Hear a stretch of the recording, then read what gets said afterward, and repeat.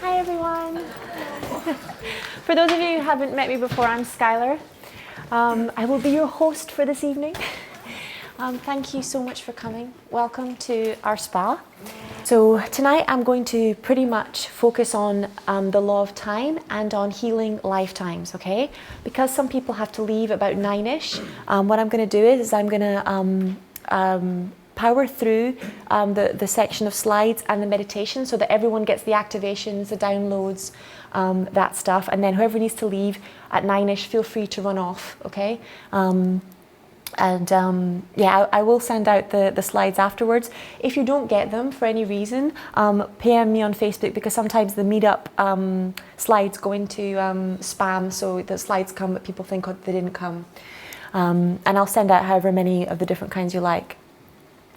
So for the purposes of tonight, there are quite a few different themes around lifetimes.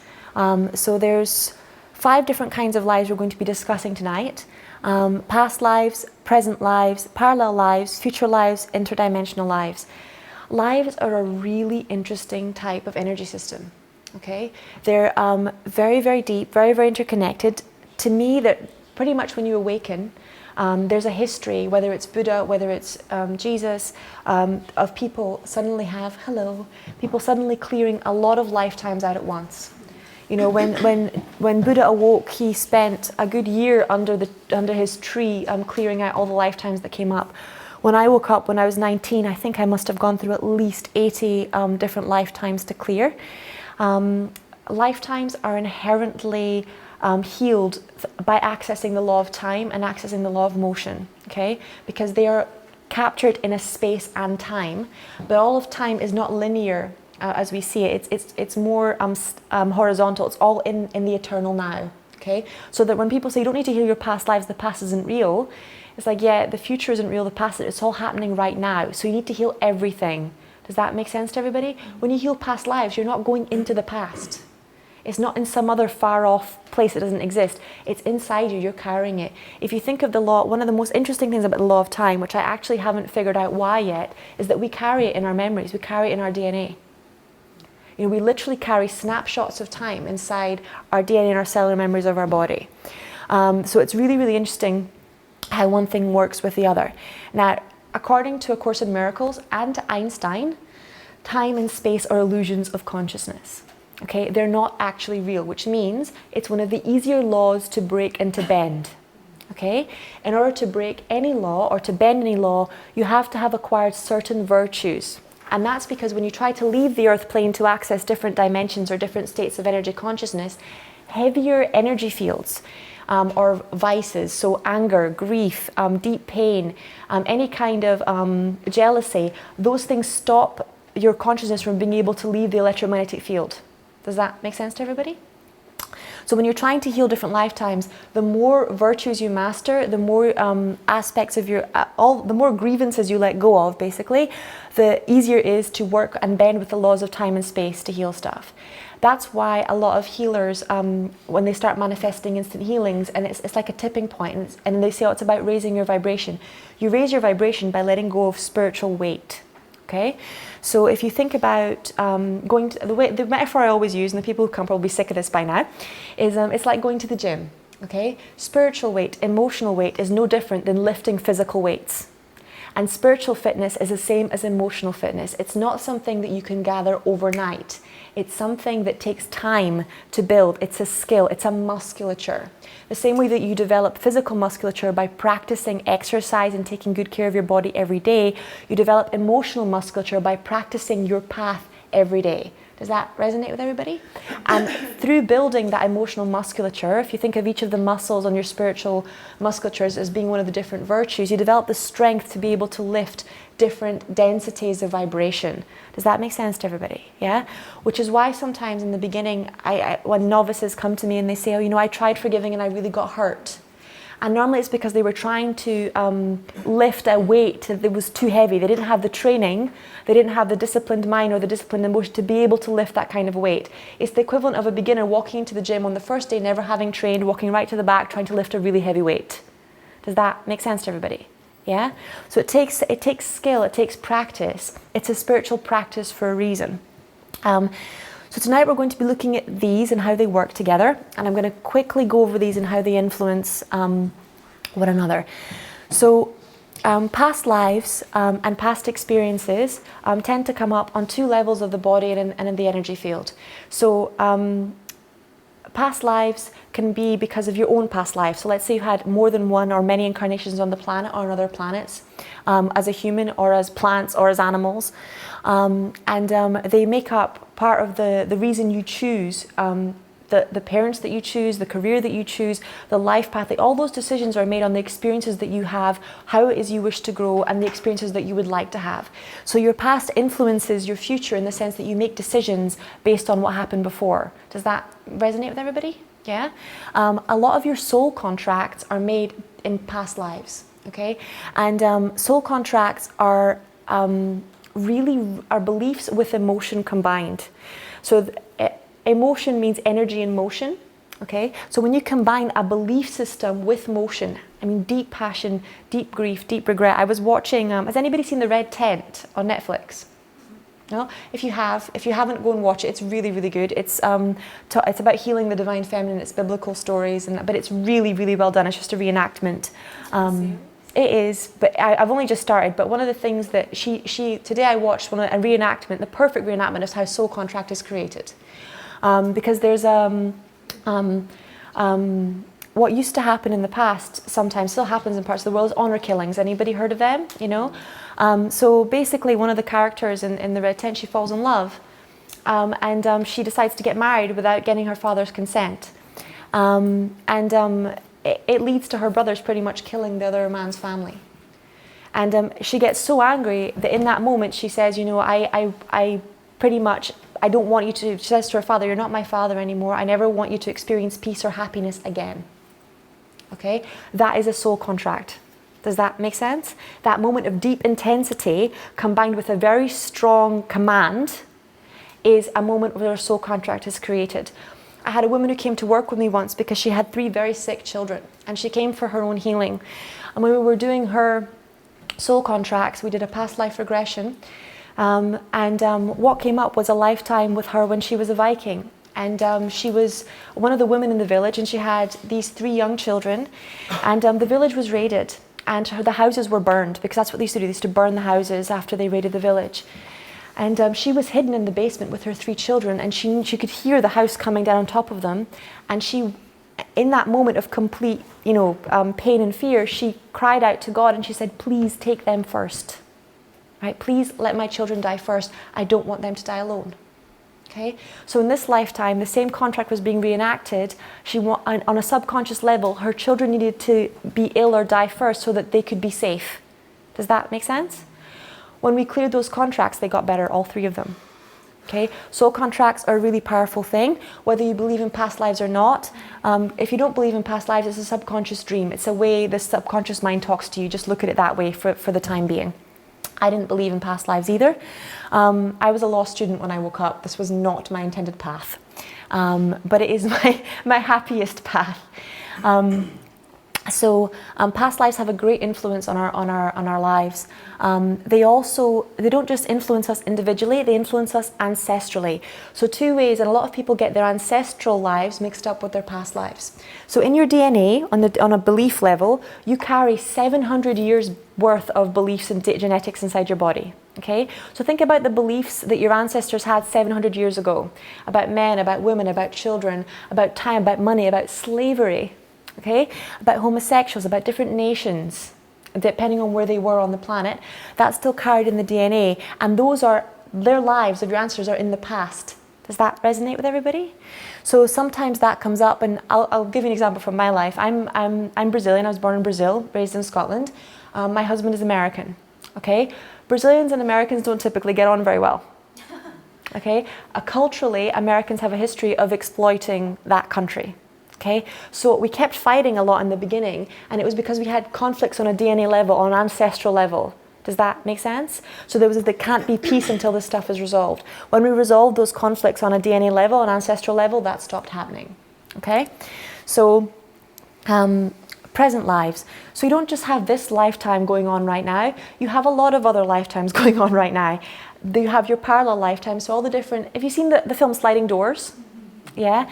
Every time you get to one of those moments in life where you make a different choice or go in a different direction, you split off into different parallel lifetimes, which is kind of like here, but it's your present life, okay? So parallel lives apply to every single lifetime. Yeah. And also, what's really, really interesting about parallel lives is that a lot of souls reincarnate to go along each one lifetime multiple times so they can experience all the different parallel versions of that one experience. Some people believe that's the origins of déjà vu. I think that's one of the many places it could come from. I think déjà vu can be quite a few things, including the matrix resetting itself once you've made a different choice. Future lives. So these can actually have a huge impact on who we are right now. And I'll give you an example from my life. So I'm really working incredibly hard on going towards becoming a healer, a healing teacher and practitioner in this lifetime. I've been a teacher for 10 years, but I keep learning and growing all the time. Now, I started sending love back to my infancy when I was about 19 years old. Sorry, to you? Infancy. So when I was a baby in the womb, all that, when I was going through it, I started sending love back when I was about 18 years old. I've been sending love back for 10 years. I started sending love back to other lifetimes when I was about 24 years old. Okay? This is one lifetime. And I've had many other lifetimes where I'm sending love to different spaces in time. Does that make sense to everybody? So the future me is definitely 100% helping the past me's. Right? Someone I'd never met is definitely sending energy. I remember being a little kid and seeing things and hearing guides, and I didn't know they were guides. My mum thought they were really vivid imaginary friends, and you know, thinking, you know, there's no influence. I still remember the past me. Remember one time I had a really bad time at home with my parents.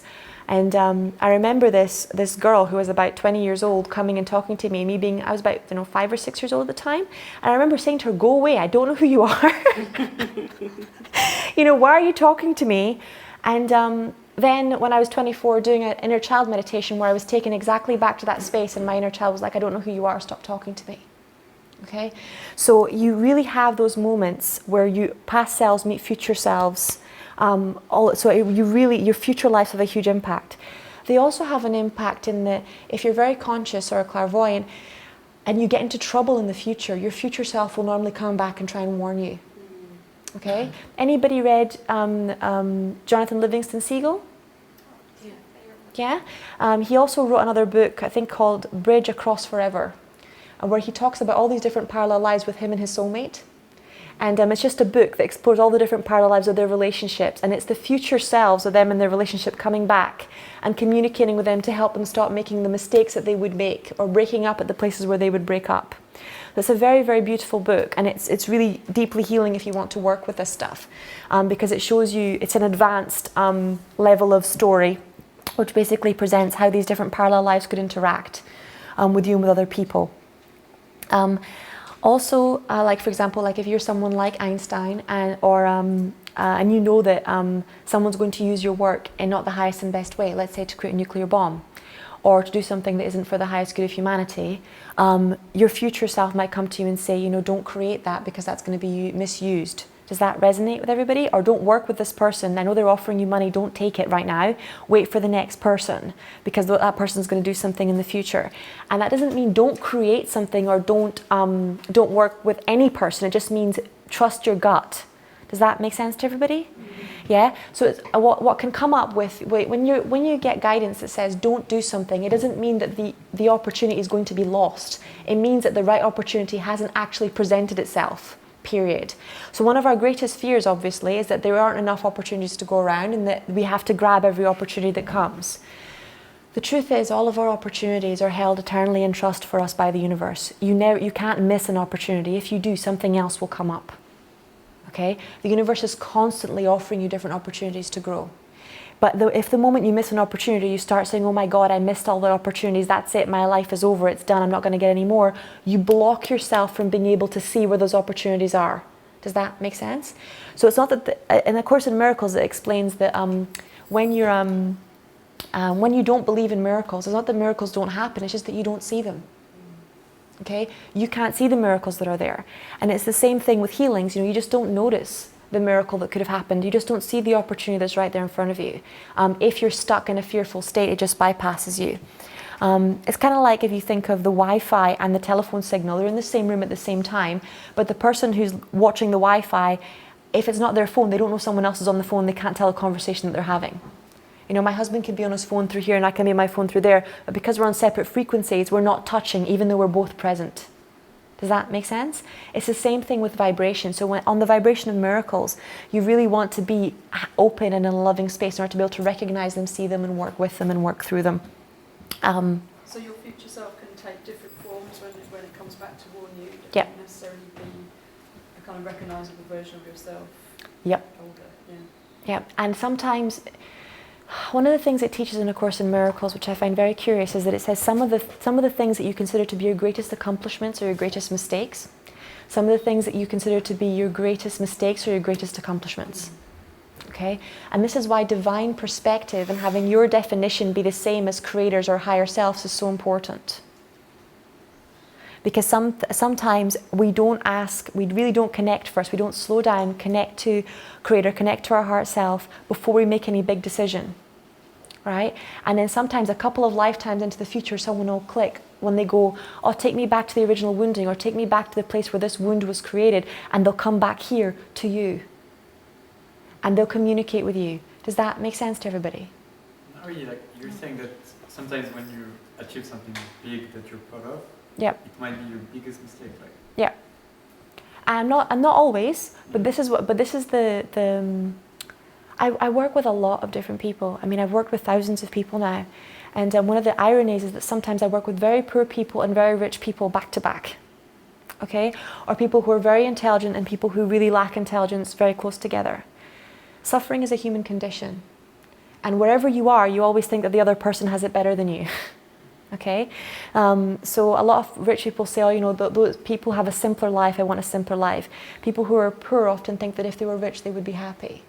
So the part of you, that deep core creator self of you that knows what would bring you your deepest peace and greatest joy, right, is the bit that will always lead you to your highest and best experience, right? And that doesn't always come from what we think it will come from.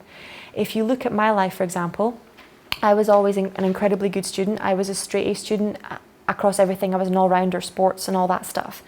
And by the time I was 10 years old, I developed an underactive thyroid. By the time I was 15, I had chronic infections in my body. By the time I was 20, I was pretty much in a chronic fatigue state. And I was still, you know, intellectually wise, I was ahead of where most people would be, right? And what I thought would bring me my highest joy, which was achievement, was actually not what would bring me the deepest peace. Does that make sense? Now that is my path, it's not everyone's path. What I'm saying is not that your achievements aren't good things. They are good things. Achievement is a very good thing. What I'm saying is that if your achievement comes from a place of fear, like you're achieving it to try and make the hole in your heart go away, it won't bring you peace. Does that make sense? So I'm not saying don't achieve at all. I'm saying that unless you listen to your heart before you create stuff, there'll be an emptiness to what you create.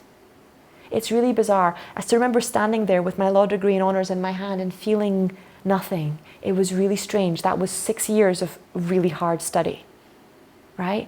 And I remember doing my first angel healing course, and I think I was 17 at the time, and it was a Doreen Virtue angel therapy thing.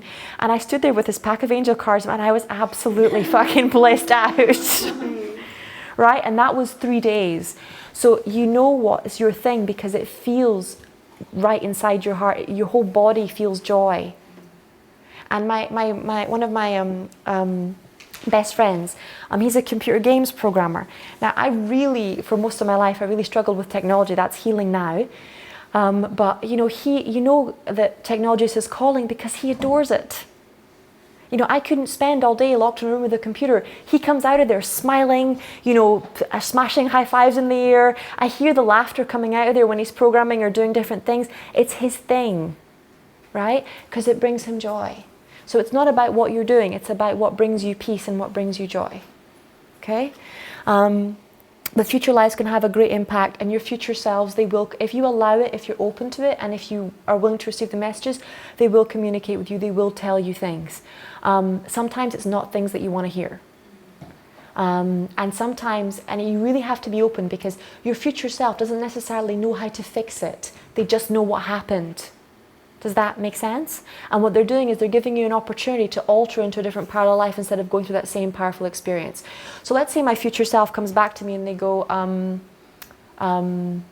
let's use a really basic example. Let's say my future self, I'll use one from last week, a couple of weeks ago. So my future self came back to me a couple of weeks ago and said, I really need you to change your diet.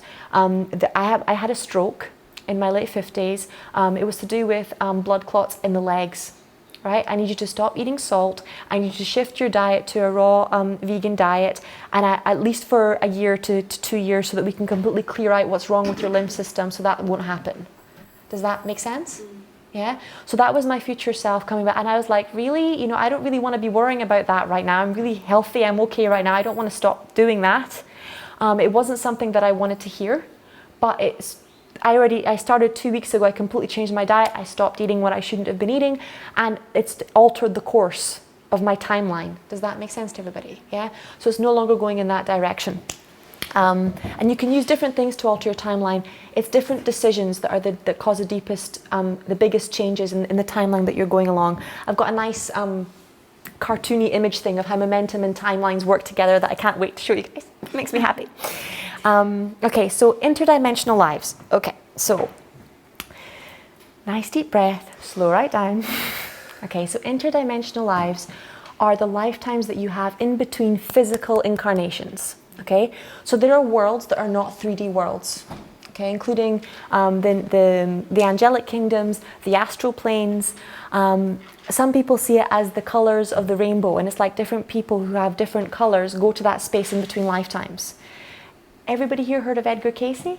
Mm-hmm. He was a very, very, very powerful psychic. He's long passed away now, but there's some amazing books by him. If you haven't read them, read them. It's really incredibly worth it. And he said that on average, people spend 100 years on the astral or in heaven in between incarnations, processing and recalibrating before they incarnate again. The exceptions to this is war zones, traumatic deaths. Normally when people haven't completed the purpose for their lifetime, they tend to incarnate immediately afterwards. So straight after the Second World War, there's a lot happening right now because of what's going on in Serbia. A lot of babies just instantly reincarnating the moment they have a chance to anywhere that's not where they are, so that they can still complete their life mission on the planet, because it got cut short. A lot of these kids will remember their other life, period. They'll be born remembering it, because it's such a close incarnation. Does that make sense to everybody? Yeah? Interdimensional lives can be amazing. They can be peaceful, they can be loving. They can also be quite traumatic, based on where you are. If you think that the astral planes are like a mirror for the multiverse, that's one huge space. Okay, there are multiple heavens up there. There's Christian heaven, Buddhist heaven, Muslim heaven. There's a lot of different spaces on the astral. Okay, so you can spend a lot of time there, and you can also not meet other people there. It's like being on the planet. Okay, I can never meet a lot of people who are in Brazil, who are in Africa, who are in India, because everybody who's ever incarnated is up on the astral right now, and everybody who ever will be is up on there right now as they go in between coming up and down. Does that make sense to everybody? I won't go into it in depth. If you want more depth, go along to one of my husband's, Todd's talks. He talks in depth about the astral. But I'm not going to go into that tonight because I don't have time, and that's a workshop in and of itself. But these lifetimes have a huge influence on who you become, how you choose your parents, what lessons you choose inside that lifetime, and how much of at peace you are with your physical body. Because sometimes, particularly if you've had an incarnation... Did you have a question, or were you just...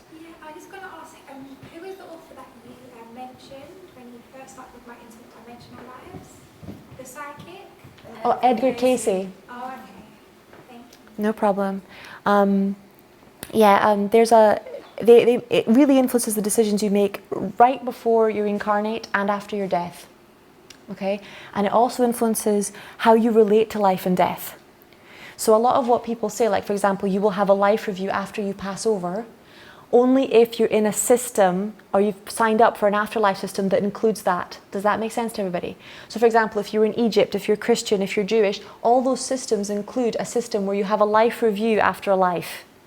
But if you're Buddhist, if you're Taoist, if you're Hindu, those systems don't include an afterlife review.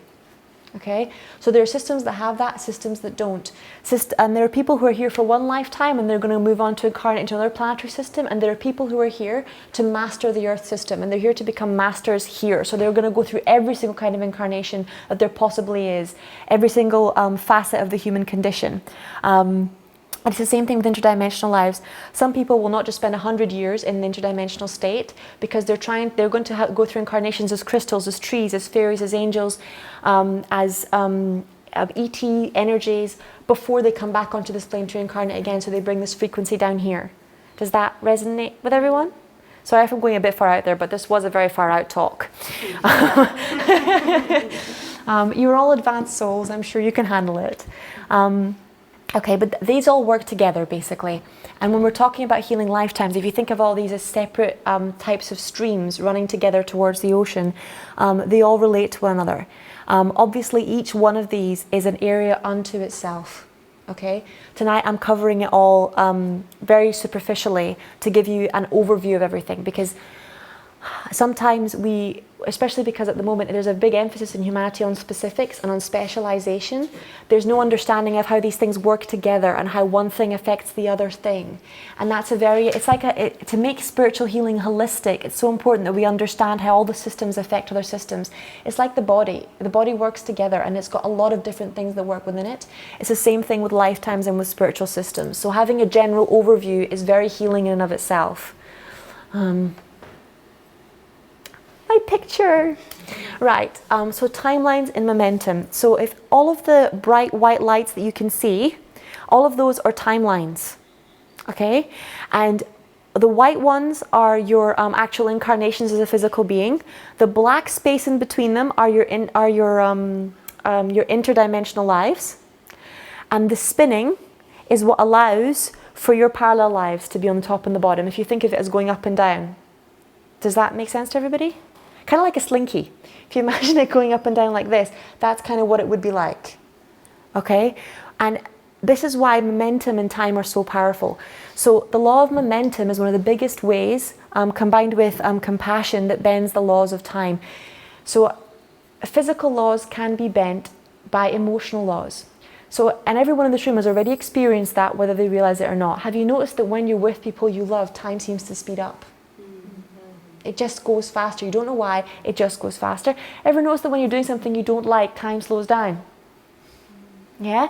That's the law of time being influenced by emotional laws. Okay? So whenever someone is stuck, it's normally because higher vibrational emotions have momentum to them. Okay? Everything in the universe has momentum. The earth is spinning. We're currently moving, even though it doesn't feel that way. And we're currently changing. And that's another aspect of momentum. Okay, the law of physics of momentum, that's what change really is. It's that constant movement and flow. Okay, so time is always working with momentum. And if you were to go up to the 7th plane, which we will do soon, and look at what a lifetime energy looks like from the outside, this is what you would see. It would be like a giant slinky doing this over and over and over and over and over again. So you literally have to, and this is why it can be so hard to stop. This is like the law of cause and effect. So if I'm in a car and I'm driving along about 70 miles an hour, right? Let's say I've got a negative belief and I'm driving along about 70 miles an hour and I'm quite grumpy and I'm quite angry. How easy is it to jump out of a car at 70 miles an hour? It's not very easy, right? Because you can feel the momentum pulling you, keeping you inside the car. For starters, it's difficult to open the door. And then when you jump, you're still going to really hit the ground quite hard because you're going faster than the rest of your environment. It's the same thing with a lifetime. So the beliefs that you pick up as you're going along, they gather momentum the more you practice them. Okay? So sometimes you're like, I want to get off. I don't like this belief anymore, but it's gathered momentum. Okay, that's what's so difficult about addictions. Let's say I want to give up TV, or I don't want to drink anymore. That belief has gathered momentum. So the cravings are the momentum working through. Does that make sense? So you can actually use the law of momentum and work with the law of momentum to stop and to slow those things down. Sorry, sweetheart. It's funny what you said, Sky, about emotion playing into having influence on time. Because this evening, for example, normally to come here, on time. I leave my house 7:20 past 7, Mhm. 6. I was running late today. Left the house at 22, Mhm. 7, 25, 20 to 7. My intention when I left the house was I need to be at Sky's before she starts speaking. I want to be there before 7 o'clock. I really don't want to be late. I don't want to be late for the start of it. I got here bang on 7. It so works. It so works. So I said to Tom, it's ironic that I'm going to be late. Or I thought, no, it's too For the funny. time talk. I'm going to be late for a time talk. But Yes. that happened this evening, so I know that you know exactly what you're talking about, because my intention was I want to be here on time. Yeah. So it so happens the number of time. One of the best things working with a lot of momentum really helps you get places faster, help get places slower. The number of times I've been in the car or I've jumped on the tube and there's no way I could get somewhere on time, but I get somewhere on time just because I command that I will arrive there on time. It's beautiful to see it working. It's really good for sleep. I'm going to teach you guys how to stretch time tonight. So if you want to feel like you got 14 hours of sleep in 6 hours, you can. Okay, really good for studying, really good for creating. But obviously, your beliefs about time. So I'll go into this a bit deeper in a minute. But just think about with me for a second. How many people believe that they don't have enough time? How many people believe that time goes really fast? You know, how did your parents relate to time? What were the rules about time? You know, how much were you allowed to have for yourself? How much were you supposed to invest in something else? A lot of people have the belief time is money as well. Okay, so they believe that to make more money, they have to invest in more time, which is incredibly exhausting if you start making more money. So there's a lot of negative beliefs around time. Also, how much has bad timing cost you in your life? Okay, when things happen at the wrong time, when you're out of divine timing, things can be really damaging. Great trauma can happen around that. Okay, so a lot of people have breaks with their relationship with time because something negative happened. Okay, and it's one of the deepest things that a lot of people say to me is that they try and force timing. Happens the most, believe it or not, with relationships. The number of people I get sitting in my office going, I want to meet my soulmate, and you're doing a reading for them and you're like, oh, you know, it's not the right timing. And they're like, I want it now. And then their person comes into their life and they're totally not ready for a relationship. You know, they're not ready for them because they're not in the right time. Does that make sense? Yeah? So there's a reason there's divine timing involved in things. Everything happens in its right season, everything happens in its right time, but we are not really connected with the timing of the earth, with the cycles and rhythms. That's the other thing to understand, is that time works in cycles and in rhythms. So that's another thing about momentum, is that it works in a rhythm. Right? Everything is constantly spinning and moving, but there's a rhythm to it, there's a music to it, there's a tone, there's a frequency. Because most of us don't ground every day, we're not connected to the earth energy, we're not connected to other people energy, we can really not really understand how time is working with everything else. But I see that in relationships a lot. I see that with work a lot, people demanding a job now and then really getting themselves in a job that they despise. Simply because they don't believe that everything that they need is going to be provided to them. Does that make sense? It's quite a common belief. I don't judge anybody for having it, but I see that happen a lot. It's very painful when it happens. Happened to me many a time. Hopefully it won't happen to you guys anymore after tonight. Okay, nice pretty picture. So timeline. This is much simpler than the other diagram. Okay, so so this R stands for relationships, the H stands for health, the E stands for emotions, and the what does the F stand for again? Finances. Thank you. So basically, if you want to change the momentum in your life, there's pretty much 4 strands or 4 core ways in which you relate to your timelines in your life. And they're through your beliefs around relationships and timing, around health and timing, around emotions and timing, and around finances and timing.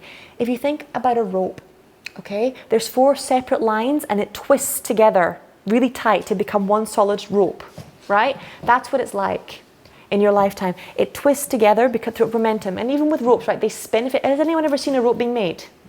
Right? So first of all, they take the 4 strings and they spin them and it goes shh, shh, shh, shh. And then they put the 4 big bits of the 4 timelines together and they spin them. So they use momentum to bind the rope together. Okay? In the same way, you use the momentum to bind your beliefs and creations together. You don't do it consciously. That's how we do it on an unconscious level. That's why if you look at the old Greek stories, you talk about the fates weaving. Okay, and they were weaving timelines. They were weaving lifetimes together. And when someone would die, they would literally cut the thread. Okay, so the way that your lifetimes work is that if you alter your beliefs, you're able to leave that momentum tunnel. Okay, once you're in that momentum tunnel and you're going fast, let's say you're a train, you're going right quite fast. Unless you change your beliefs around, it's quite hard to jump out. Okay, so let's use for me, for example, I told you guys I got ill quite young, right? For me to change that momentum tunnel took a radical change in thinking and behavior. I still remember as I was really, really ill, I had an intestinal infection. I'd had to drop out of university for a year, and I really couldn't function. I couldn't get out of bed in the morning. The doctors were constantly putting me on different antibiotics, and it was like a mix. It was really, really, really, really bad. Basically, it felt like my stomach was on fire from the top to the bottom every day. It was real agony. And thank God that's completely over and healed now. But I remember sitting in front of my wardrobe, and my dad is a doctor, and my mum is a psychologist. And my mum, she loves me more than anything on this planet. And I remember having Archangel Raphael come to me in a dream and say to me really clearly, only eat green food, do not take any more meds. Only eat green food, do not take any more meds. And I remember falling asleep the night before having that dream thinking, I'm going to die. If this doesn't stop, I'm going to die because I don't want to live. I can't live not being able to get out of bed. I'm a very sporty person, okay? I used to get up when I was 11 years old and go for a 2-hour run before school, okay? For me, not being able to get out of bed was absolute torture. Does that make sense to everybody, right? It was really, really, for me, it was really, really hardcore. I remember him saying, only eat green things. I had no spiritual training. I'd only started seeing angels about 4 months before. I still thought I was going a bit cuckoo and that it might be a side effect of the meds. But it was so loud and it was so vivid. I knew nothing about nutrition in that sense. I only knew what my dad had told me, and doctors don't get taught much about nutrition. I didn't have a bad diet, but I had a very, very not natural diet.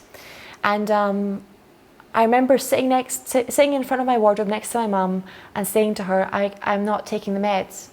And I remember her crying because she thought I was going to get worse. And I was already really, really bad. I remember her looking me in the eye and saying, I'll take them with you. You know, I still remember that. It's like, it totally goes to the core of my being, her going, I'll take them with you. And, her begging me to take the meds and me saying, I'm really sorry. My guidance is only eat green food. Right? So it was radical for me. It doesn't sound radical nowadays, but even 10, 15 years ago, this was radical change. No one in my family understood what the hell I was doing. Okay? I didn't know where I was going to get the money to buy that kind of stuff because I was skint, I couldn't work, I could barely get out of bed. But the moment I took a step in that direction, I jumped out of the momentum tunnel. Okay? When you jump out of the momentum tunnel, it can be quite a harsh landing. Right? Because you're going at a different speed and you're going in a different direction. But it's often how you find your destiny. Because your destiny is what you came here for. It's your core purpose. And most of your beliefs around time, around relationships, health, emotions, finances, aren't your beliefs. They're beliefs that come from your family, from your culture, from your environment. Does that make sense? And then they became true for you on a subconscious level, but they aren't the ultimate truth. They aren't highest truth. So in order to get to your destiny, it's often necessary to jump out of the old momentum tunnel and jump into a new one. Okay? Within 2 weeks actually of only eating green food, all the pain had stopped. Within 3 months, I was healthy again. Okay? But it was a big jump in the momentum tunnel for me. Okay, so the first level, which is this, is you store the memories of lifetimes and wounds that divert you from your true self. So when you're little, you create a different self. You're born as your true self, as a spiritual being who knows what they're here to do. But in order to get love, in order to survive, you adapt. You create a self that will be able to get what it needs to get, whilst it's still dependent on other people to take care of you. And the beliefs that serve you in childhood often don't serve you in adulthood, period. It's that simple, because you're not in that time anymore. So when you jump out this momentum tunnel, what's necessary is to let go of all the wounds that diverted you from your true self. There'll be a lot of mental noise at this stage, a lot of I don't know what I'm doing, I don't know why I'm doing it, I don't know what I'm supposed to do. It really, really is sad sometimes because, like, for example, this is what I mean by the miracle's always there. Fresh green vegetables were there since I was 10 years old. I had to spend 9 years being ill before I decided to use them. Okay, so the miracle was there. At any point, had I reached out, who in this room wasn't taught when they were a kid to eat their fruits and vegetables? Right? So it was there. Everybody knew it was good for you, but how many people actually follow that when it's there? Right? So that's why I mean, the miracle is often there long before you take guidance on it or you're actually willing to use it. Okay? The second way that you get stuck in the momentum tunnel is the limiting beliefs and soul contracts which you enter into at the time of your loss. So those are the moments where you think, I want to kill that person. You know, I wish I was dead. You know, I don't want to be here anymore. I find that belief has a lot of light workers today. They just don't want to be here anymore. That's why Reiki is actually so powerfully healing for so many people, because it's earth energy. And they went through some kind of trauma that meant they didn't want to be on this planet. Right? They were like, I don't want to be here. I don't want to be on this earth. I don't want to be around people. And without earth energy on this planet, you start to perish. Okay? Because the earth can't nurture you. It can't send healing through you if you're disconnected from it. It's also why grounding is so powerful. Right? It's why we have earth gongs here.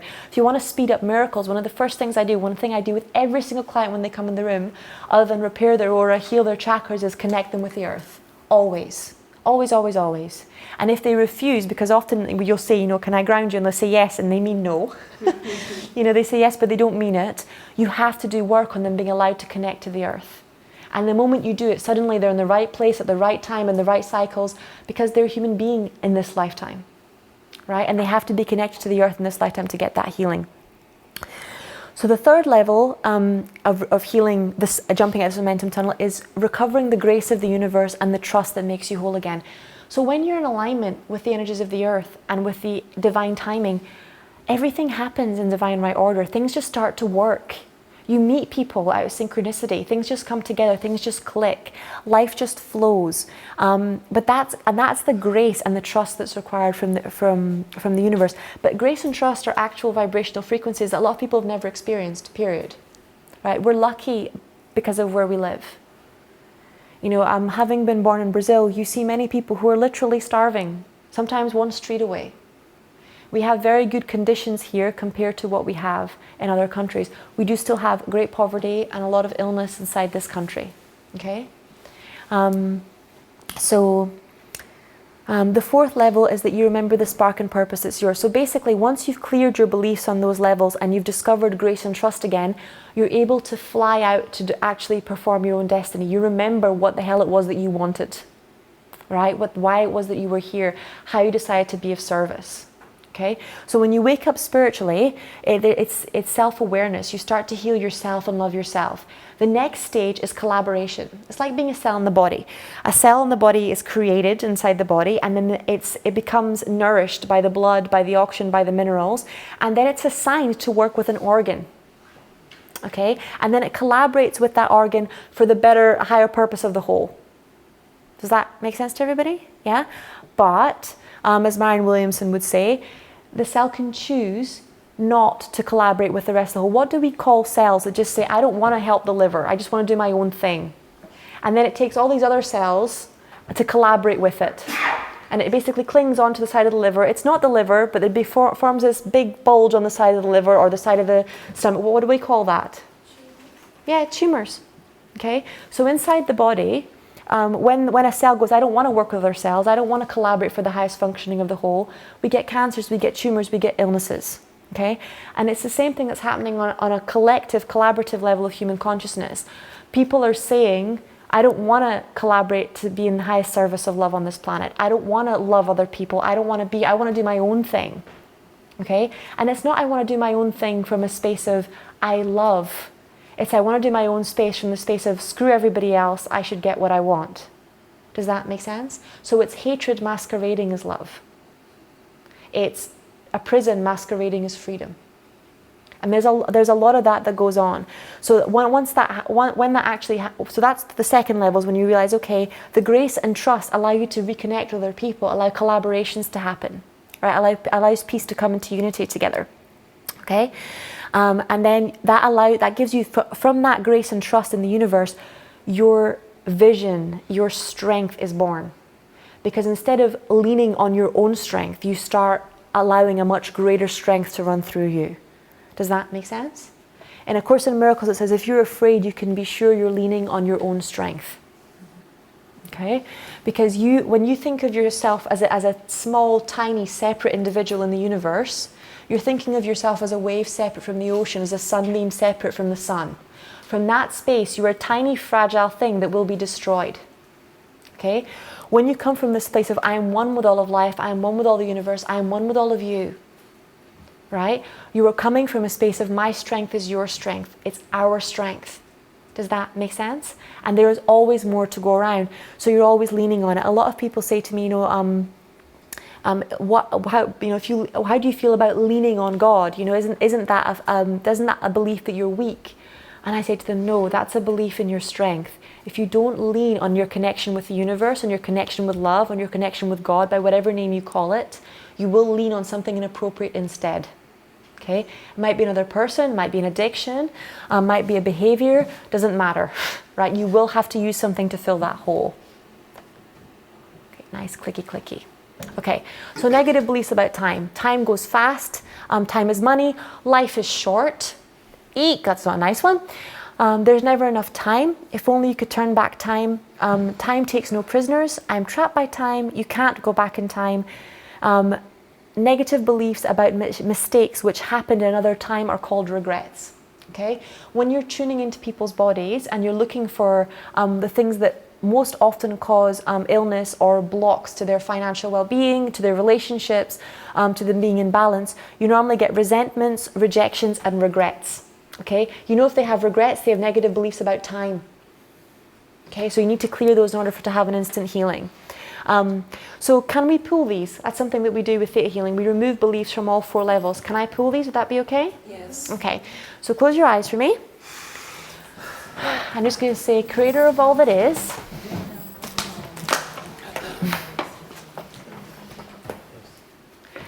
Creator of all that is, it is commanded that the beliefs, time goes by fast, time is money, there's never enough time, you can't turn back time, I'm trapped by time, you can't go back in time, be pulled, cleared, resolved on a history level and taken into Creator's light. Thank you, it's done, show me. And just allow whatever beings it is that you feel the deepest connection with to come and remove all the grievances that you have about time from you.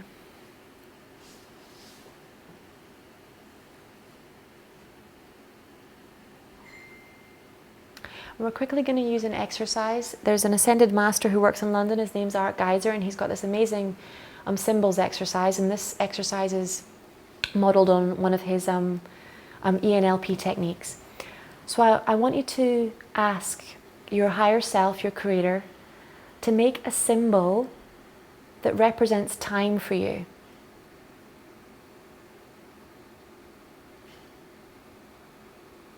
And then I want you to allow the earth to send up a big grounding rope to that symbol.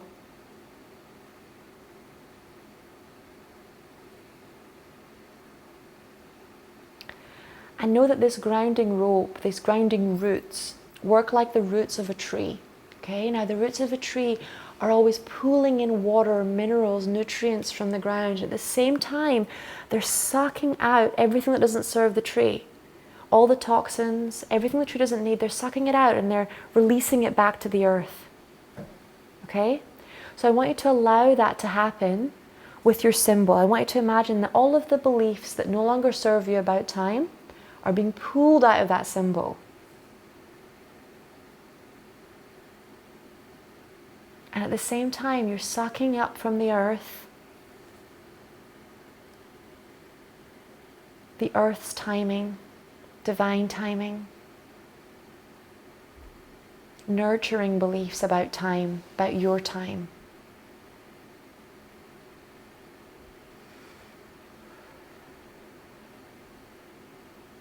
And when that symbol is completely full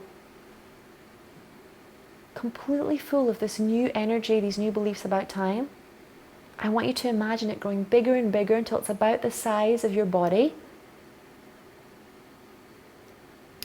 And I want you to imagine that every single cell in your body is lighting up with a little pinprick of light. And I want you to see that symbol full of the same pinpricks that are in your cells. And then allow that symbol to overlay into your body. So this new energy becomes yours at a cellular level, at a DNA level, at a genetic level, in the highest and best way. Thank you. It's done. It's done. Show me.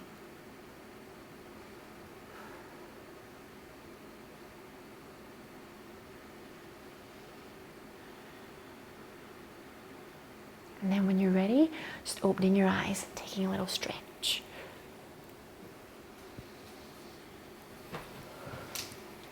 Okay. Okay, so in Theta we use downloads, and basically downloads are beliefs that we put into all the different levels of beliefs. So I'm going to read these out, and after each one, if you would like it, just say yes aloud for me, okay? If you don't want it, just don't say anything. I'm not going to force any beliefs on anyone, but if you do want it, just say yes, okay?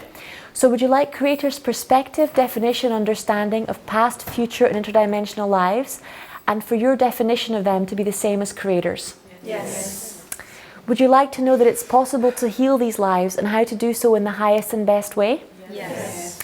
Would you like to know that it's easy, possible, and available to you right now? Yes. Would you like to know how to work with the law of time and how to bend it and use it to heal yourself, others, and the world? Yes. Yes. Thank you. It's done. It's done. Show me.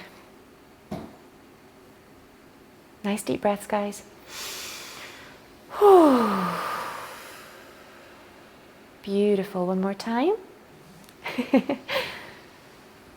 That's it. Got some really beautiful souls in this room today. Okay. So people who have had negative experiences with time and who can remember doing negative things in past lives or fear they'll do negative things in the future often resist healing. They don't want other people to experience the same suffering and pain, and they try and stop time. They're terrified that they'll abuse their power again. These are based on old beliefs, okay? And it's based on wrong beliefs about time. It's based on the idea that you can't change time, that your destiny is fixed. Does that make sense to everybody?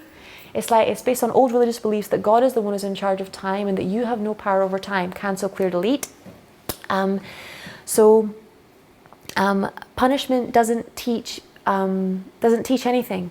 Being stuck doesn't teach anything. So you can't prevent a negative future event from happening by stopping time. Okay? That's not how it works. The only way to prevent a future negative event from happening is by mastering virtues and choosing a different way. Like, I can't stop myself from having a stroke when I'm 60 by ignoring the fact that I might have a stroke when I'm 60. I can stop it by changing my habits now. Does that make sense? By working my beliefs about health now, by changing my diet now. But I can't stop it by sticking my head in the sand and pretending that time doesn't happen, that life doesn't move forward. So denial, beliefs about punishment, so this idea that, God is punishing me by making me change my diet and all that kind of thing, that won't stop it from happening either. Self-pity won't change what I want to change.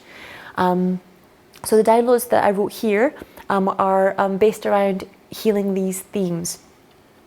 Can anybody see how, let's say, for example, let's say it's about 300 years ago, and you're a man and you're out hunting with your buddies, and you had a fight with your wife this morning before you left to go hunting, and when you come back, the village has been raided and all of the women have been taken into slavery and there's no one there.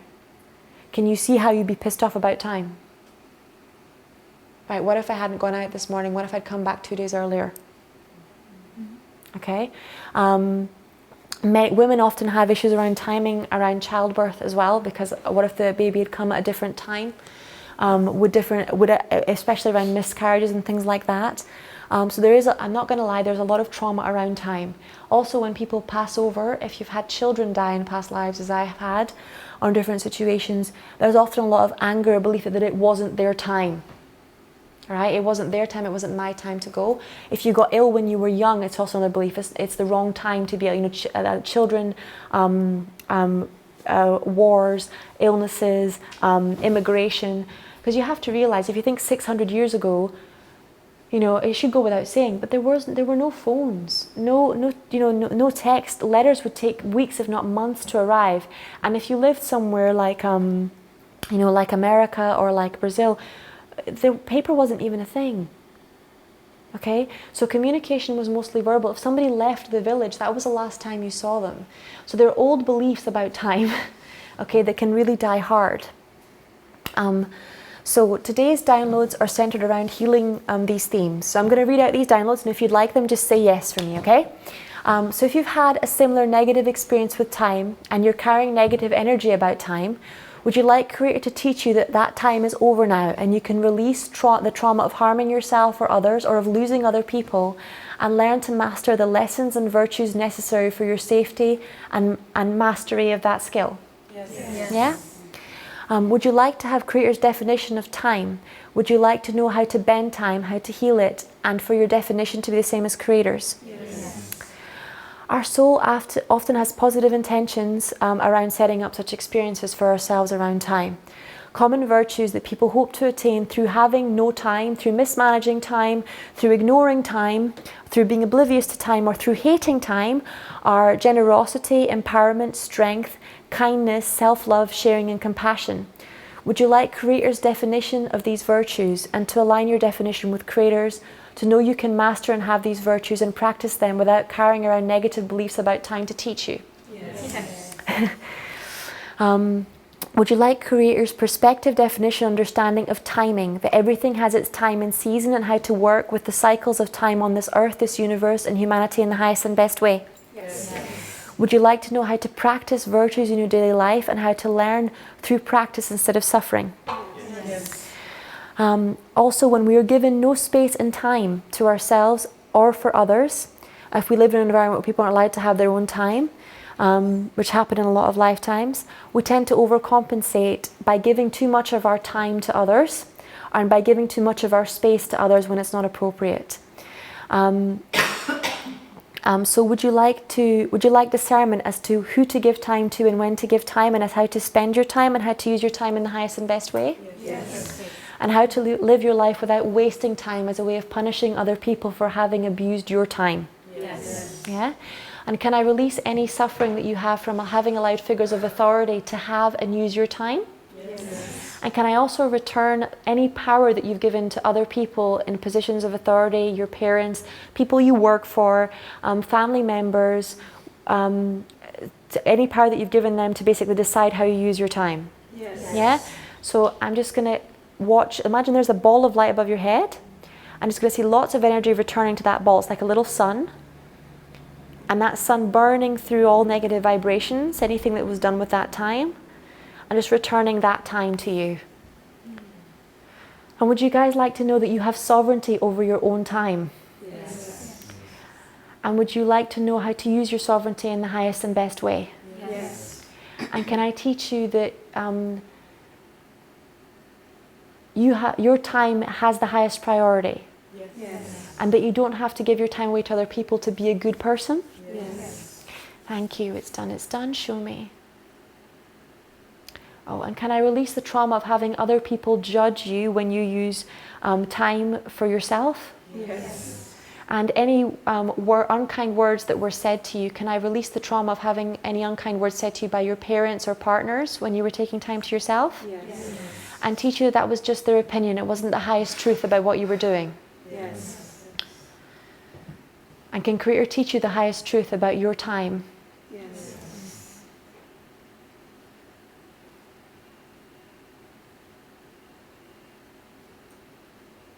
And can I also release any trauma, any suffering around having run out of time? Yes. In relationships, with exams, Yes. around any deadlines, Yes. around having children, Yes. around making the perfect job or career, Yes. around your divine life purpose. Yes. Thank you. It's done. Show me. And can Creator teach you that you do have enough time Yes. and that you make time? Yes. Would you like to live your life knowing how to be comfortable with time and at ease with it? Yes. Would you like to know how to enjoy your time? Yes.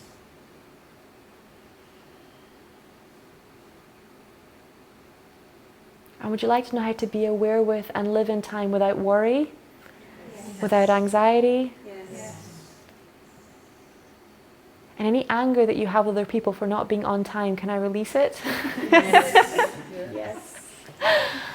And any anger that you have with opportunities for not being on time, can I release that too? Yes. And can I cut any cords to missed past opportunities? Yes. And release any regrets? Yes. Thank you. It's done. It's done. Show me. I love you guys. I love you too. Okay. When you're ready, just open your eyes. I think I might have more for you, believe it or not. I do. Look. Right. Different cultures, families, institutions, and religions have different beliefs about time. Okay. And time runs really deep because a lot of it's to do with the cycles of life. So, for example, childhood is a time. Okay. Adulthood is a time. All of these things have relationships to time. So, for example, if you live in a culture that believes your childhood ends when you start menstruation as a woman, for example, or that ends for boys when you reach 10 years of age, you'll have trauma around other people's beliefs about time affecting your energy system and how time relates to you. Okay? So another bunch of downloads, so just say yes if you like them. Okay? So would you like to know that you no longer need to abide by these rules about time? Yes. And would you like to know that you're now free from other religions, regulations, and reincarnations rules and beliefs about time? Yes. And that it's safe to step out of these rules and beliefs about time, and that it's possible to know how to exist and learn through grace, mercy, and service, and have time work for you and with you instead of against you. Yes. Yeah? Would you like to know you can still be loved and accepted without having to follow these rules and laws about time? Yes. And without having to live your life to someone else's time? Yes. Would you like to have Creator's perspective, definition, understanding of divine timing? Yes. Would you like to separate your culture's projections of who you are and what your timing is from Creator's truth, and to have Creator's truth about when is your time and your destiny? Yes. And that you can blossom in your own time? Yes. Yeah? Would you like to know that you can live without viewing yourself and others through the lens of time? Yes. Would you like to know how to love and accept all of time, to know it's possible, to know what it feels like, to know it's safe? Yes. Would you like to know how to do all healings that you do on yourself and other people across all times, as well as levels and dimensions? Would you like to heal any damage caused to you by negative beliefs about time? Yes. Would you like Creator to heal any damage done to you by others, by bad timing?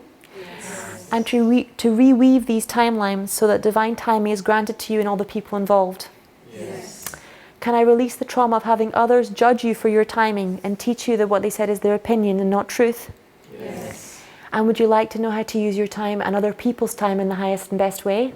Yes. And how to respect your time and respect the time of others? Yes. Thank you. It's done. It's done. Show me.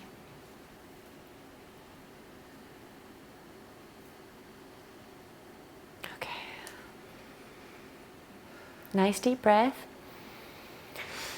I'm going to try again. Would you like to release any resistance you have to having your own time Yes. and to having other people respect your time? Yes. Can I release any belief that having your own time will make you lonely? Yes. And can I release the trauma of having other people make you take time to yourself or isolating you when you made mistakes as a child? Yes. Like time out? Yes. Thank you.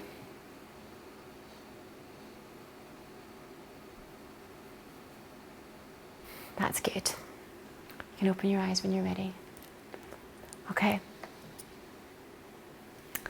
So what is time? Okay, time is a law of the universe. It's found on the 6th plane of existence. Now, according to Theta Healing, and this is one model, but it's really useful because it allows you to access different states really quickly. It's on the 6th plane. So according to Theta Healing, there are 7 planes. If you want to know more about this in depth, Vianna Stibul wrote an amazing book called The 7 Planes of Existence. She teaches you the beliefs that can get you stuck on each plane, how to remove them. She goes into depth on the laws, which laws control their laws. That's all in the chapter about this, the 7 Planes of Existence. Vianna Stibul. She's the most amazing healer I've ever seen. If you watch some of her videos on YouTube and on Hay House, she does some spectacular, instant, miraculous healings. So she's really worth watching. Okay, so some laws can be bent, others can be broken. Time is one of the easier laws to bend. Okay, there are 2 different types of laws: emotional laws and physical laws. Okay, so physical laws: time, space, gravity, momentum. Emotional laws: the law of love, the law of compassion.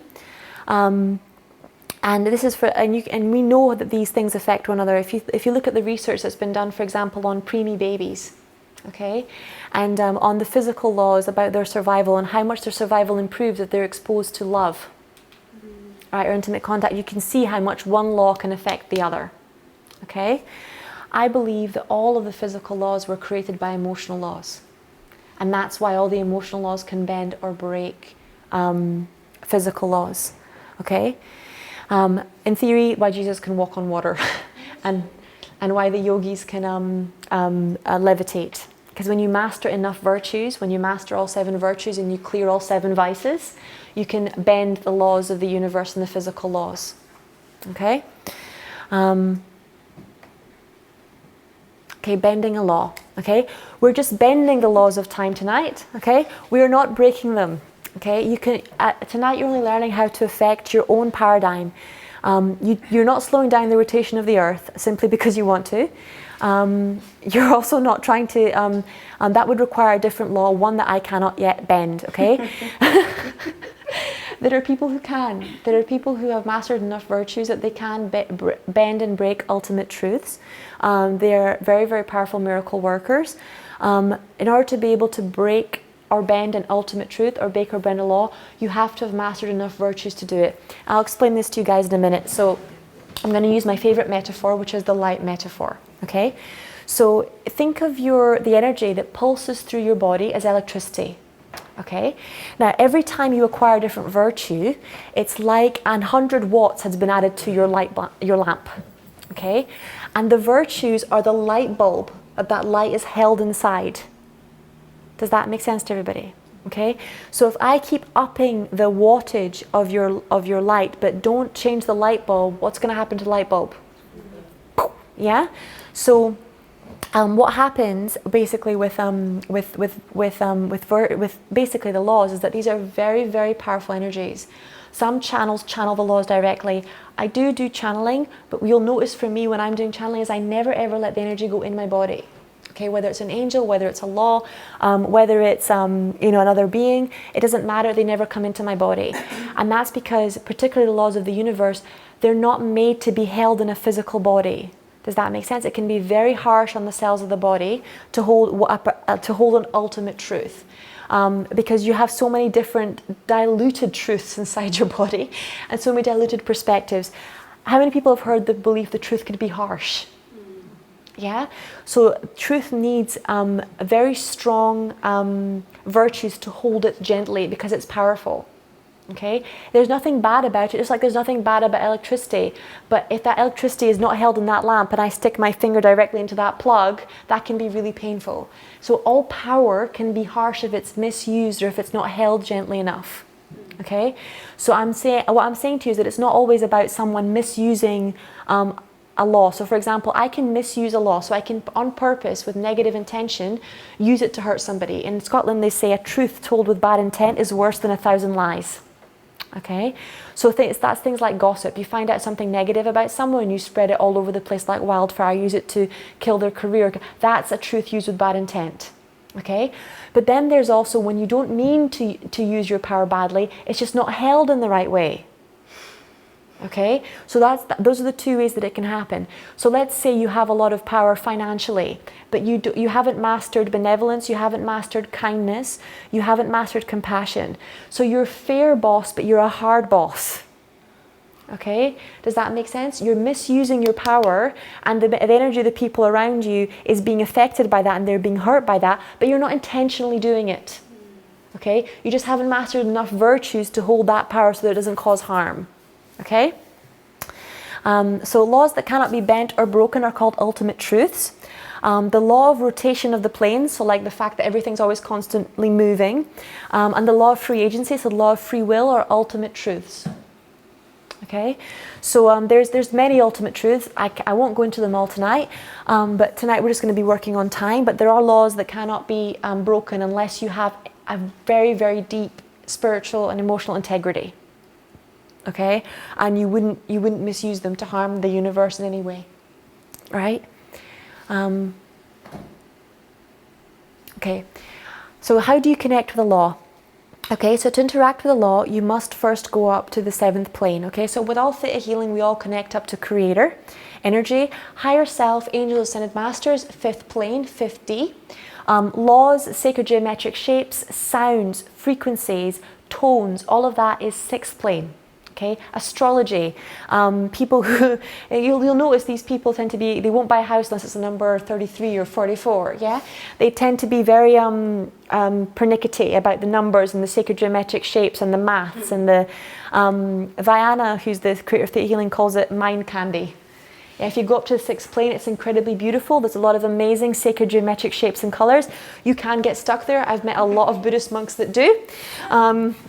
A lot of people are awakening to 6th plane energy. That's why these colouring books are so fucking popular. You know, the ones with the sacred geometric shapes.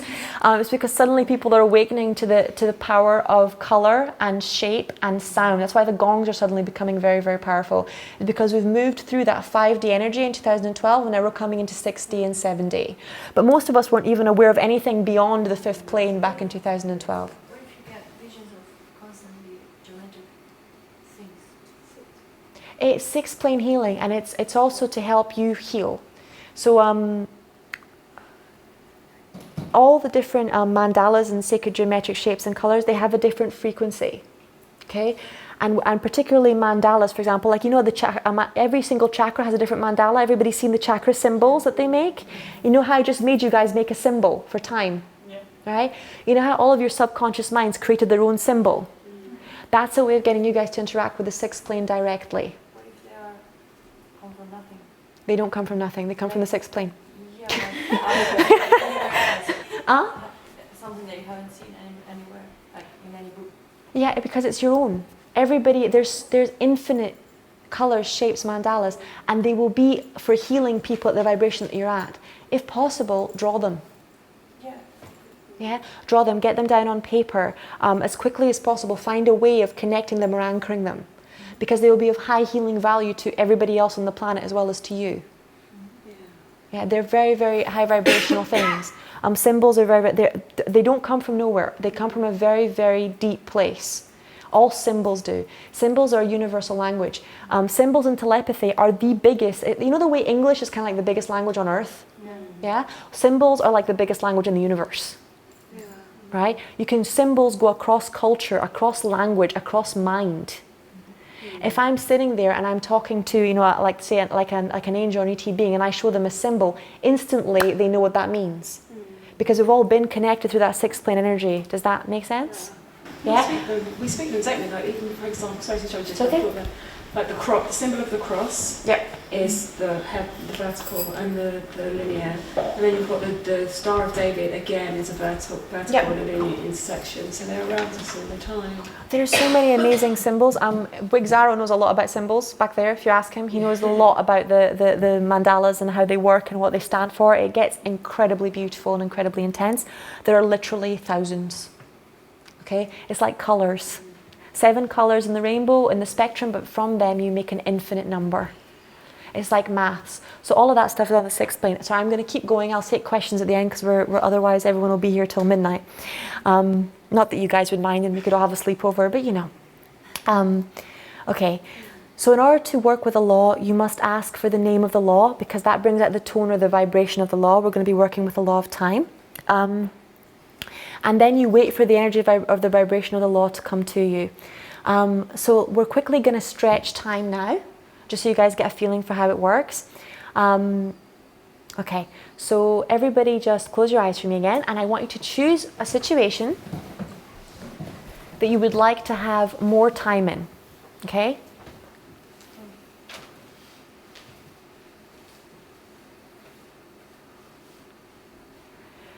And then I want you to feel yourself dropping down through your balls of your feet into the earth, connecting with Mother Earth, like you've jumped into a pool, sinking down under the water, and then like you've pushed off the bottom and back into your body, bringing the earth energy with you.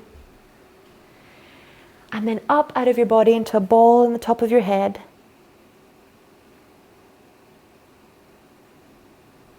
And then out into the universe. Out of the universe into this beautiful bright white light. Through a dark light and a white light. Through the sixth plane, which is sticky green substance. So the laws and the sacred geometric shapes and the colors. Out into the pink law of compassion. And then into the seventh plane, the creator of all that is. And then come back down with me into the sticky green substance, which is where all the laws of the universe live. And in your mind, repeat after me. Creator of all that is, it is commanded. Creator of all that is commanded. That the law of time work inside this area of my life to increase the amount of time now. Thank you.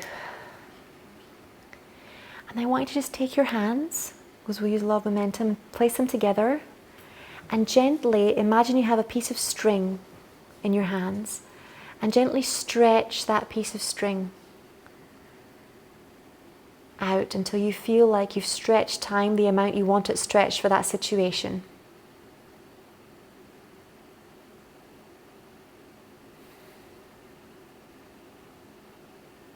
And then just let it go.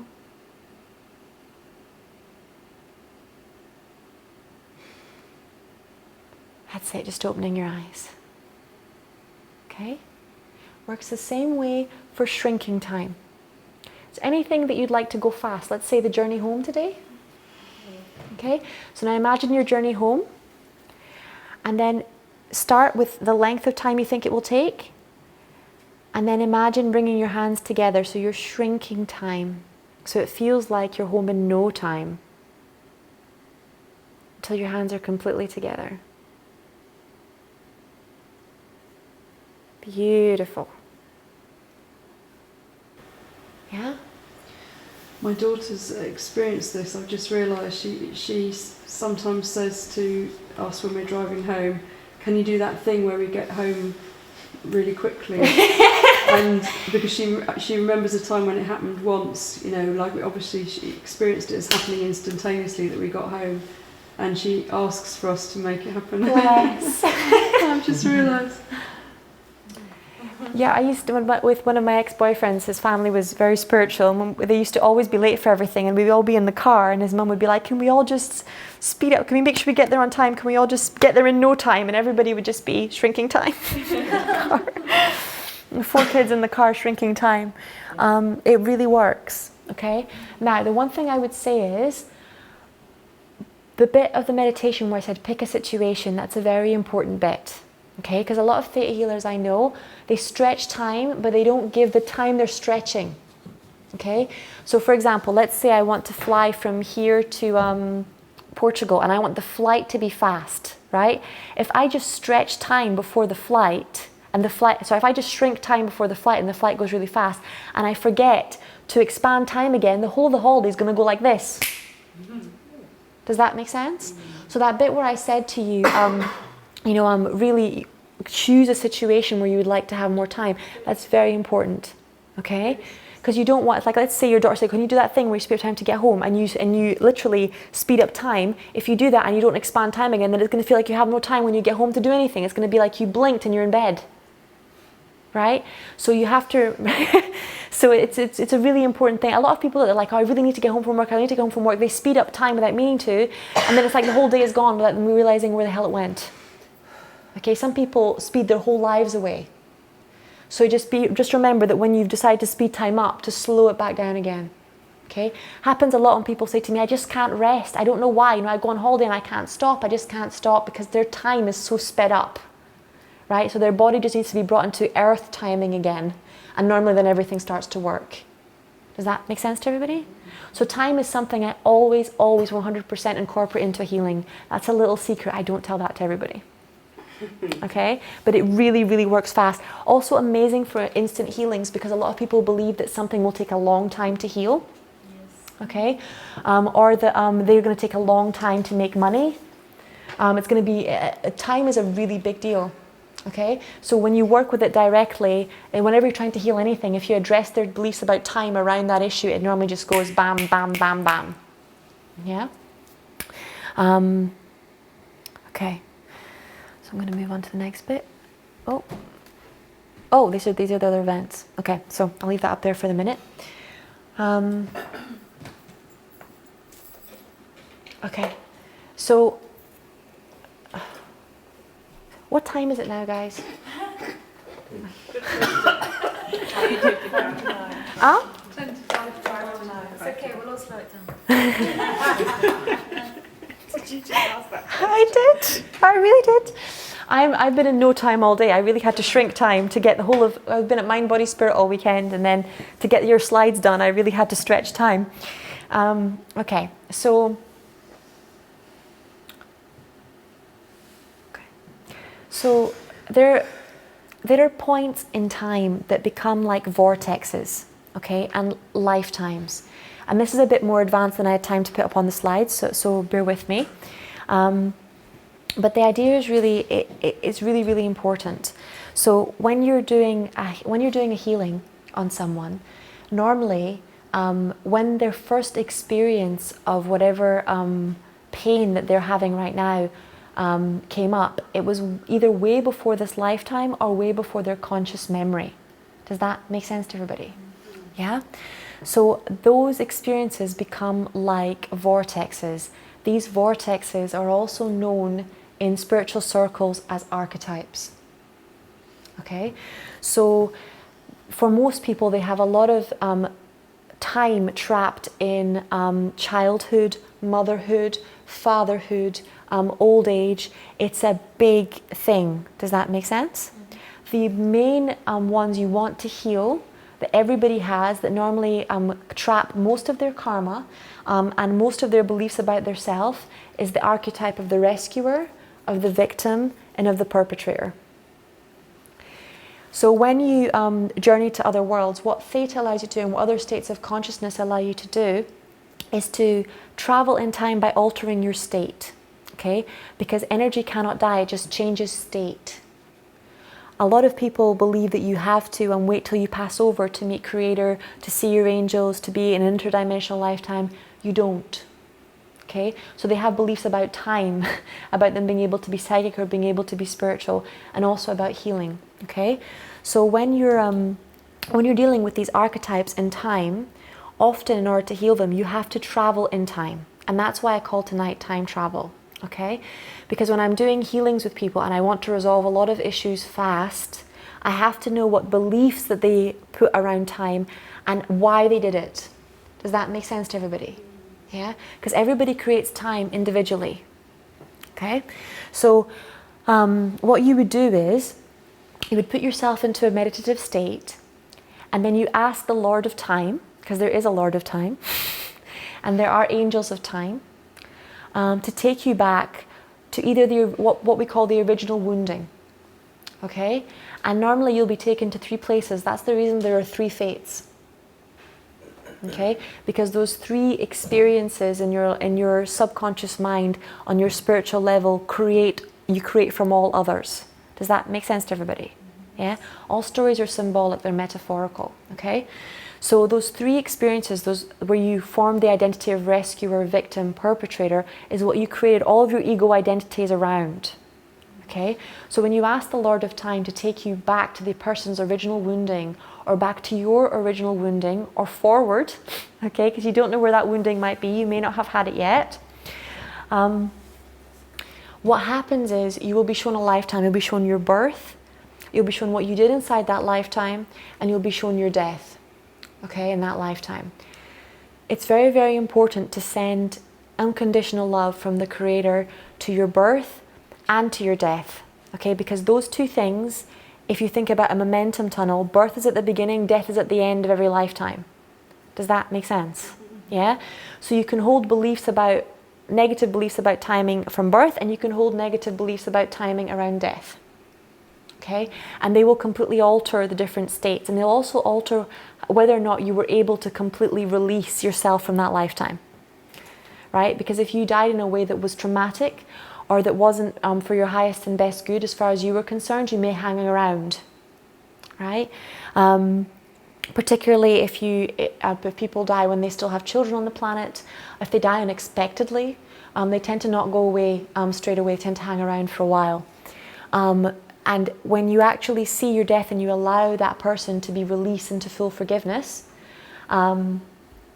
it's a very, very healing thing. It releases a lot of karma, a lot of trauma very, very quickly, and releases a lot of beliefs without even having to try. Does that make sense to everybody? Yeah? So when you're doing time travel, you don't do it inside your physical body as of yet. I'm pretty sure we'll get into it within the next 10, 15 years. But right now, you do it from a state of consciousness. You do it from spirit. Okay? So that's what they say about theta healing. You can do it from theta or gamma. Okay, you really can access all states of consciousness and healing from a gamma brainwave state. Does anybody not know what brainwave states are? Okay, let me explain. Okay, so everybody has multiple brainwave states, and these basically represent the level of speed at which the electricity moves through your brain. Okay, now beta is the state most of us are in right now. It's the thinking, concentrated brainwave state. Okay, it's the state you need for focus and concentration. If you have ADHD, you don't have enough beta. Okay, alpha is a relaxed state. So every time I slowed us down, made us take a deep breath, every time you have a break from work and you sit back on your computer and you go, oh, thank God, right? That email's been sent, that presentation's been done. That's alpha. Okay, you switch from beta into alpha. It's a slightly lower number of hertz. You can Google these. I won't go into the maths behind it because that would just blow my brain right now. The next frequency upwards, beta, alpha, is theta, and theta is the dream state. So it's this state where you get a lot of. Has anybody heard of hypnagogia?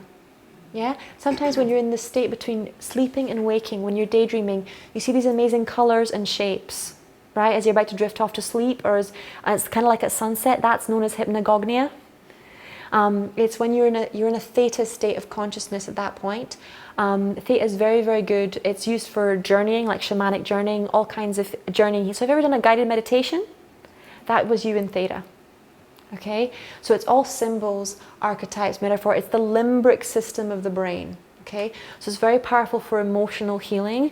It's very powerful for literally slowing down time, because when you slow down the rate at which the energy, the brainwaves are going through your brain, you slow down the rate at which you're moving through time. And when you do that, you're more able to witness what's going on, and witnessing is a form of healing. Okay, it's like, has everybody heard of the double slit experiment? Yeah. So when you observe a particle, it becomes a wave. They discovered this. Just through witnessing a particle, it becomes a wave. Okay. So physics shows how much witnessing is a healing, but in real life, that it also works that when you witness things slowly in your mind, it's a healing, because what used to be a particle becomes a wave. Okay, and it's allowed to move through you instead of being stuck as a particle within you. Does that make sense? Okay, so theta is very, very useful for healing. It's also the bridge, because when between waking and sleeping, when you sleep, you dream in theta. So you have these amazing symbols, these images coming through when you're in theta. Well, it's the way your subconscious mind and the collective unconscious communicates with you.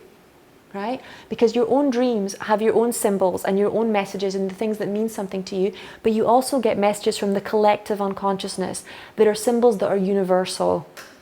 Does that resonate with everybody? Yeah? So it's a bridge between the worlds, and that's why theta healing is used instead of gamma healing, is because it's the bridge. Okay? Gamma is an even faster frequency. And literally gamma is interesting because it's the only frequency that can literally unite the whole brain. So when you're in gamma, a wave moves forwards and backwards through every part of your brain 40 times per second. Okay, that's how fast it is. It makes you feel really blissed out. Gamma states have been correlated with incredibly fast healing, really, really blissed out states of meditation. Everything from flow to peak states is connected to gamma. Okay, just like everybody here heard law of attraction, yeah, and they say it's quite hard to jump from a negative state to a positive state quickly without going through different vibrations first. It's hard to get from being really pissed off to really loving. Yeah, you normally have to go to frustrated and then, numb, and then you can kind of go to I'm all right and I'm okay to I'm actually happy, right? But you don't normally go from I'm pissed off to I'm blissful. Right? That's why if somebody comes and hands you this massive present whilst you're really pissed off, you don't care. Right? So this is the same thing about gamma. Most people can't go from a deep state of beta straight to gamma. They have to go through all those other frequencies first. Going through those frequencies in conjunction with other people can be done through breath work, can be done with the light machines that we work at the spa, can be done through sound. Anybody heard of isotonic tones? Yeah, they put you in alignment with those sounds. So entrainment is the ability to move from one state to another because of a sound, because of the light, because of breathing. That's why in old cultures they did a lot of breath work. Okay, and then there's delta. Delta is a very deep sleep state. Okay, it's also a very deep trance state. So it's when you're really in that deep sleep, like the Buddhists would call it no dream sleep. Okay, it's just complete stillness, complete darkness. It's that complete mind with no activity, right? It's a very, very healing state. Most people that struggle with sleeping don't get enough delta, period. They don't get enough of it, so they can't switch off. So when they're exposed to delta states, they get a lot of healing rapidly. Delta is supposed to be the state in which the body recalibrates itself and rewires itself because the mind is switched off, so the body can finally do what it needs to do. Okay? And then there's epsilon. Epsilon is a bridge state because it's deeper underneath gamma. A lot of people experience bliss states in epsilon. There's very little known about the frequency. The only people who are able to experience it at the moment without things like light machines or isochronic tones are people who have been meditating for a very, very long time alone in caves. Okay? Most people only experience these deep states whilst they're asleep. Most people only experience delta and epsilon whilst they're asleep. Okay? This is why breath work and meditation are so important, because most people never experience their deepest states of relaxation and breath whilst they're awake. Okay? They only experience them whilst they're asleep. So you actually have no idea the depth at which your body is capable of relaxing, but you do it every night. Right? So when you start practicing meditation and you combine breath and relaxation, you start experiencing the power of your body to be completely still and completely empty whilst you're awake. Right? It's incredibly powerful and incredibly healing. That's why often people experience miraculous healings with hypnosis, with trance work, with meditation, with breath work. Okay? Because normally people haven't experienced a deep connection with their body at the same time as having a deep connection with breath. So when you're going into different states of consciousness, you can access different times and spaces in this space. That's why so many people dream of people who have passed over or who have died, right? It's why so many people dream of future creative projects, of their divine life purpose. It's why they receive messages from their dreams and their guides inside their sleep and also in meditation. Does that resonate with everybody? Yeah? So when you use theta to time travel, like let's say when I went back to see my 4-year-old self, it's literally like you're there, because time and space, they aren't real. But when you're not inside your physical body, you experience them not being real. Yeah. In A Course in Miracles, it says that we don't experience instant miracles because we misuse the law of time. Right? We think time is like linear, that it goes A, B, C, D. We don't realize that it's a swirl, going upwards and multiple things happening at the same time. And when you think of it that way, you block things from happening the way that they should. Does that make sense? Because you think that it's not actually here in time. You think, oh, that opportunity is in the future, when it's actually right here, right now, because everything is right here, right now. Does that make sense? That's how an ultimate truth can trump all the other laws. Right? Is because everything is happening right now. Okay, so I'm going to let you guys have a quick toilet break and then we can do some questions. Would that be all right? Yeah? Okay.